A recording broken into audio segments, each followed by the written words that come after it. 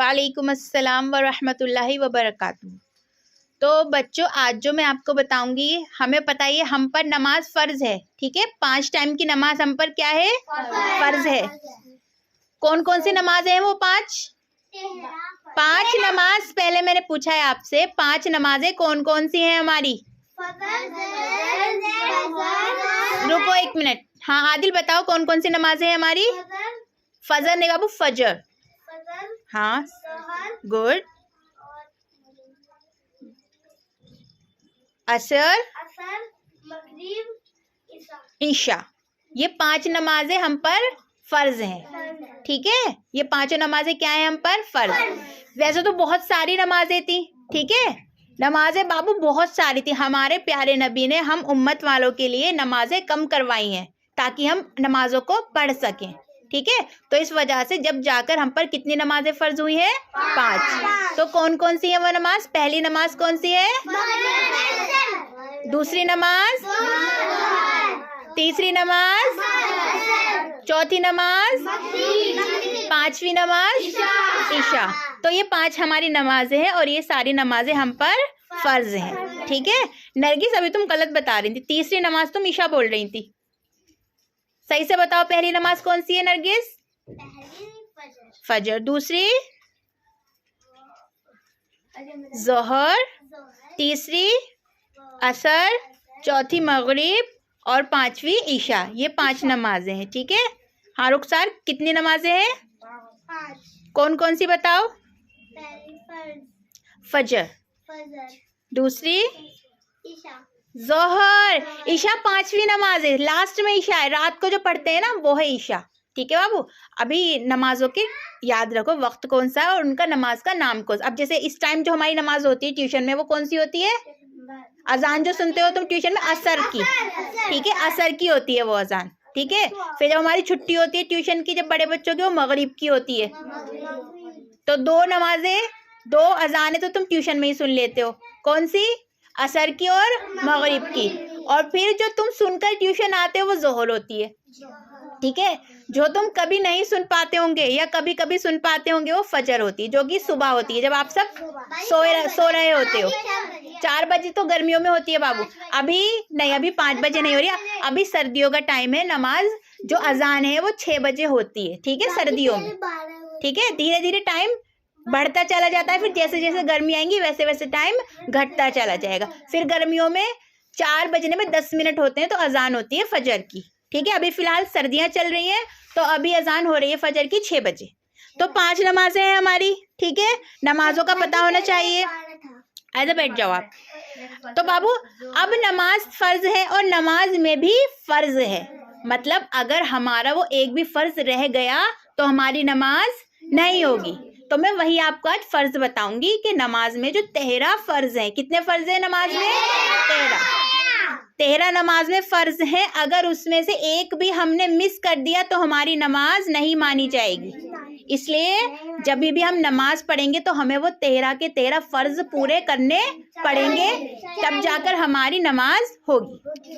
ठीक है, तो बाबू जो हमारे नमाजों के फर्ज हैं, सबसे पहले हैं 7 फर्ज बाहर के, 6 अंदर के फर्ज हैं और 7 बाहर के फर्ज हैं। उसको मिलाकर टोटल हो जाते हैं हमारे 13।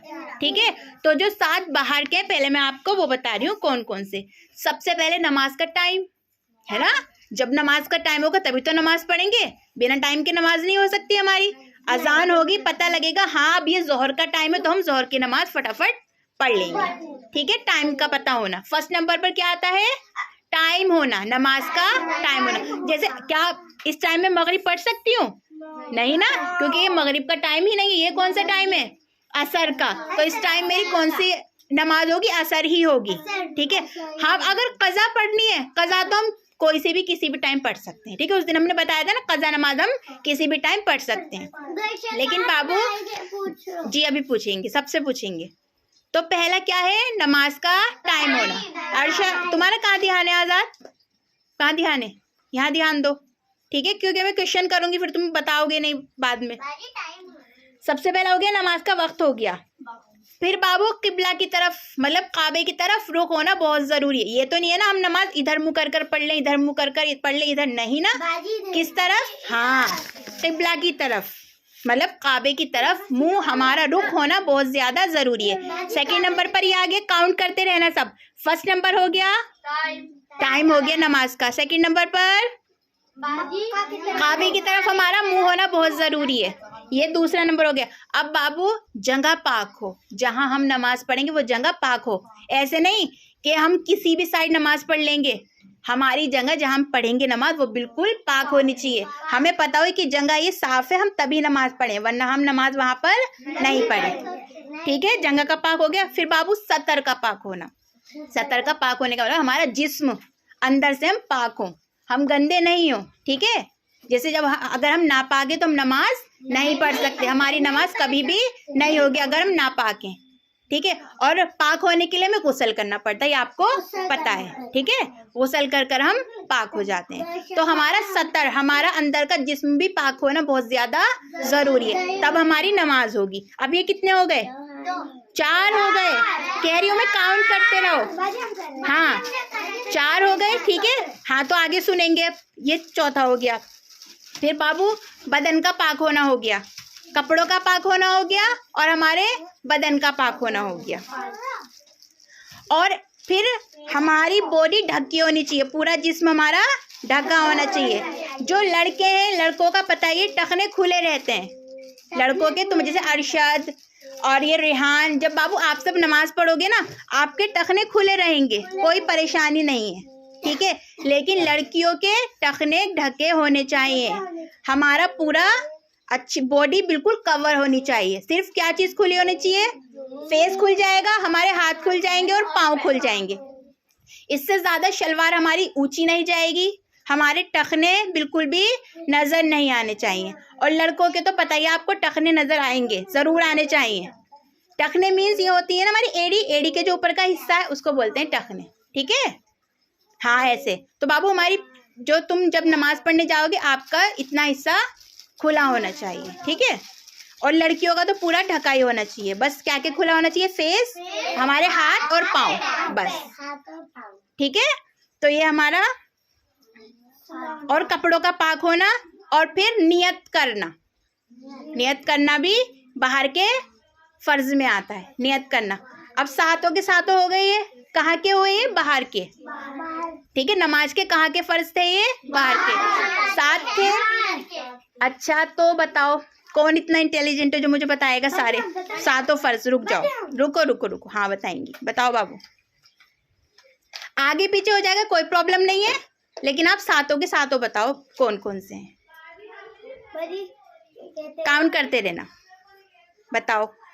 बाजी लड़कियों के सच्ची ढके रहना चाहिए। जी ठीक है, और पहला मान लेते हैं आपका। दूसरे नंबर पर बाजी जहाँ हम पढ़ते हैं वो चीज पाक रहना चाहिए, वो जगह पाक होनी चाहिए। Very good. दूसरा हो गया। तीसरा बाजी मक्के की तरफ मुंह रखना चाहिए, काबा की तरफ, काबा की तरफ हमारा मुंह रहेगा। ठीक है, और 4th नंबर पर अभी उनको बताने दो, हमें पाक रहना चाहिए। जी ठीक है। 5 नंबर पर हम अंदर से पाक रहना चाहिए। जी, कपड़ों का भी पाक होना चाहिए। और 6 नंबर पर जो सबसे ज्यादा जरूरी है भाई, जब नमाज का टाइम होगा तभी तो हम नमाज पढ़ेंगे ना, तो नमाज का टाइम। और लास्ट रह गया बस एक आपका। नमाज कैसे शुरू करते हो आप? सबसे पहले क्या करते हो नमाज शुरू करते हो? तो नियत करना। ये हो गए 7। अच्छा बताया, बहुत ज्यादा इन्होंने। क्लैपिंग करेंगे सब इनके लिए।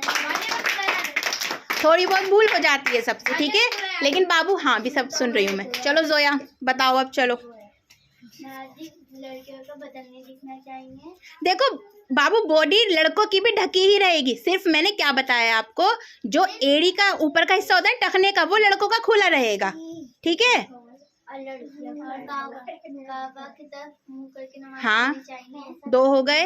तीसरा वजू कर पाक रहना चाहिए जी, और पाक जगह पर पढ़नी चाहिए। ठीक है, और 5वां और वक्त पर नमाज पढ़नी चाहिए। Very good. छठा नियत करना। और बाजी टाइम पर नमाज। तो ये हो गए हमारे 7। कहाँ के फर्ज थे ये? बाहर के फर्ज। ठीक है, 2 बजी 1 बोला है। चलो कोई बात नहीं, मिस्टेक सबसे हो ही जाती है। ठीक है बाबू, तो ये हमने सीखा। अब हमारे कौन से आएंगे? 6 अंदर के। ठीक है, 6 अंदर के। तो बाबू जो 6 अंदर के हैं, सबसे पहले तकबीर तहरीमा। तकबीर तहरीमा का क्या मतलब बताओ? तकबीर तहरीमा क्या होता है? अल्लाहु अकबर करते हैं ना हम, जब नमाज स्टार्ट करते हैं तो बोलते हैं ना अल्लाहु अकबर, नियत करने के बाद ऐसे। हाँ, अरशद को पता है। तकबीर तहरीमा क़याम करना। ठीक है, दूसरे नंबर पर। और बाबू फिर आएगा आपका रुकू करना। रुकू के बाद किरात करना। किरात के बाद सजदा करना। सजदा के बाद तशहद, जिसको हम क्या बोलते हैं? अत्तहियात जब पढ़ते हो ना, वो तशहद। फिर सलाम फेर लेते हैं। इस तरह हमारी नमाज पूरी कंप्लीट हो जाती है। तो ये पूरे टोटल 6 हो गए। आज़ाद ध्यान दो, टोटल ये 6 क्या हो गए? अंदर के। याद हुए 6 अंदर के कौन कौन से हैं? थोड़े टफ थे ये, क्योंकि मैंने इस तरह से बताया। देखो, तकबीर तहरीमा अल्लाहु अकबर, उसको बोलते हैं तकबीर तहरीमा। फिर बाबू क़याम करना। फिर हो गया आपका रुकू करना। क़याम के बाद रुकू करना। रुकू के बाद सजदा, और फिर किरात करना और तशहद, और फिर लास्ट में सलाम आ जाएगा आपका। ठीक है, तो ये हमारे हो गए 6 अंदर के। तो 7 6 मिलकर बन गए 13। तो इस तरह हमारे 13 फराइज हैं नमाज के। अगर एक भी मिस हो गया तो नमाज नहीं होगी। तो जब भी आप सब नमाज पढ़ोगे तो देखना हमारे ये 13 के 13 फराइज पूरे कंप्लीट होने चाहिए हमारी, तभी नमाज होगी। ठीक है, तो अरशद खड़े हो। हाँ, तो बाबू नमाज पढ़ने जा रहे हो अरशद? ठीक है, तो बताओ क्या क्या होना चाहिए जब नमाज पढ़ने जाओगे? बाजी अंदर का बताओ या बाहर का? आपको ये बताओ बस मुझे कि नमाज जब आप पढ़ने जा रहे हो तो क्या क्या होना चाहिए कि नमाज जब तुम्हारी होगी? अंदर बाहर में कुछ ऐसे नहीं पूछ रही, लेकिन बताओ तुम क्या क्या होना चाहिए नमाज के लिए? बताओ कब आपकी नमाज होगी? नहीं बता पाओगे? अच्छा, इसी तरह बता पाओगे। चलो ठीक है, जो हमारे बाहर के 7 फराइज हैं नमाज पढ़ने के, वो कौन से हैं बताओ? चलो, टाइम पे नमाज पढ़ना। गुड। सेकंड नंबर काबा की तरफ। हाँ, ठीक है, और जाओ। नकाब जगह पर नमाज पढ़ना। पाक जगह पर नमाज पढ़ेंगे। नापाक जगह पर, नापाक मतलब बाबू गंदा, गंदगी। ठीक है, पाक मतलब साफ सुथरा। ठीक है, चलो कोई बात नहीं। ठीक है, और बताओ। पाक रहना चाहिए जी। बाजी टंकी खुली हुई थी पूरी, बंद कर दो आप। और बताओ, नमाज पढ़ते हो तो सबसे पहले क्या करते हो आप? सही से नमाज पढ़ने जाते हो तो नियत करना है ना, नियत करना। और सतर का छुपाना, कपड़ों का पाक होना, तो ये सब है हमारे। ये सब आप याद कर लेना। ठीक है, सभी अच्छे से याद कर लेना।